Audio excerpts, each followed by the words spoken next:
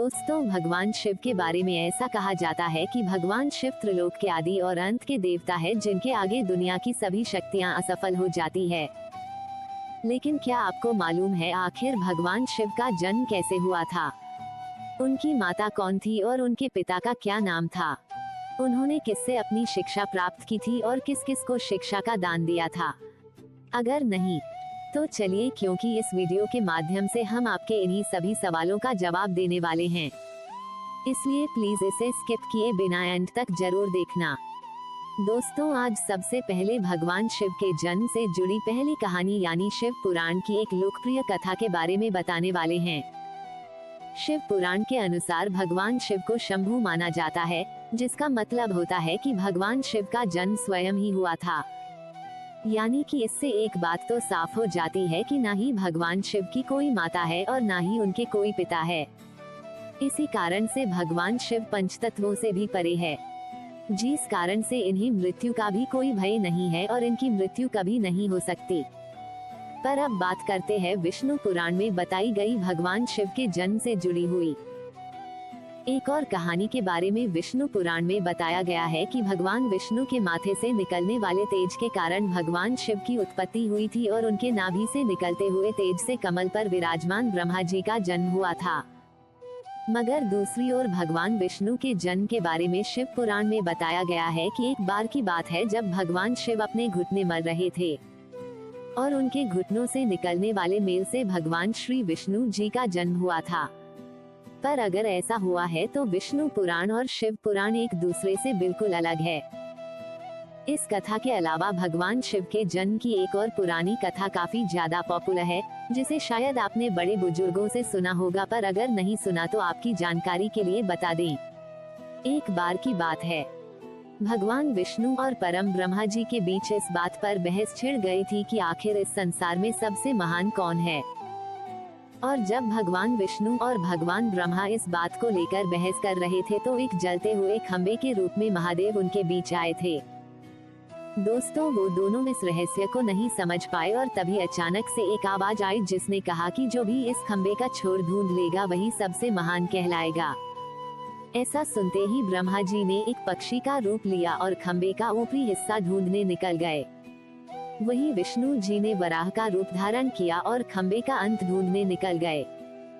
बहुत देर तक खोजने के बाद भी दोनों में से किसी को भी खंबे का छोर नहीं मिला और दोनों हार मानकर वापस आ गए। जिसके बाद भगवान शिव अपने असली रूप में आए और फिर भगवान विष्णु और ब्रह्मा जी ने ये मान लिया कि महादेव ही सबसे महान और शक्तिशाली है। इनसे बड़ी शक्ति इस दुनिया में कोई नहीं है। इसके साथ ही शिव पुराण में बताया गया खंबा इस बात को दर्शाता है कि ना ही भगवान शिव जन्मे थे और ना ही उनका कोई अंत है, और एक कारण तो यही है कि भगवान शिव को स्वयंभू कहा जाता है। यानी भगवान शिव का अंत है ही नहीं, वे अमर है।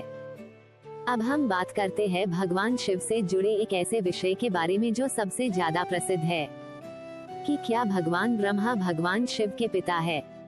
जी हाँ, इनकी ये कहानी लोगों के बीच काफी प्रसिद्ध है। तो आपको बता दें कि आखिर किस प्रकार भगवान शिव ने ब्रह्मपुत्र के रूप में जन्म लिया था।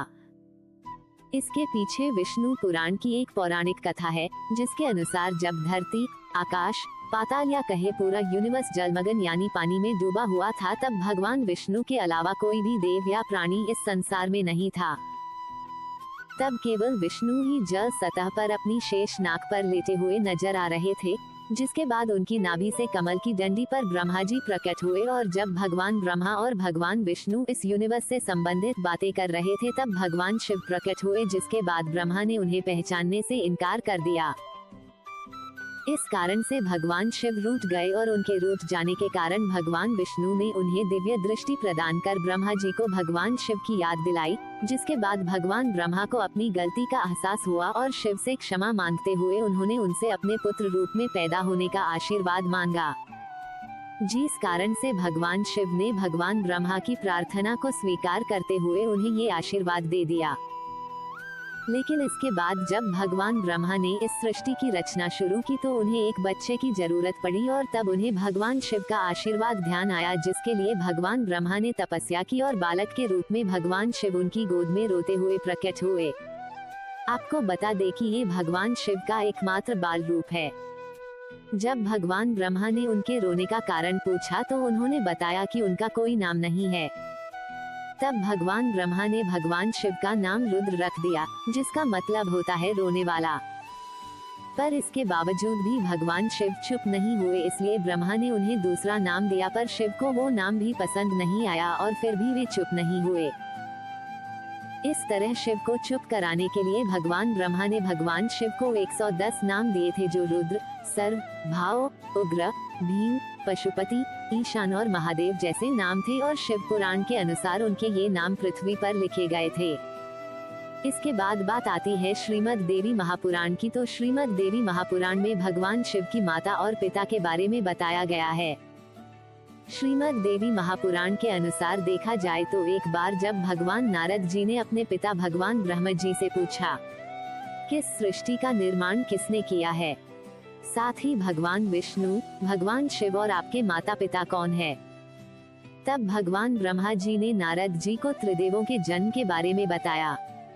जो बताया वो वाकई चौंका देने वाली बात थी।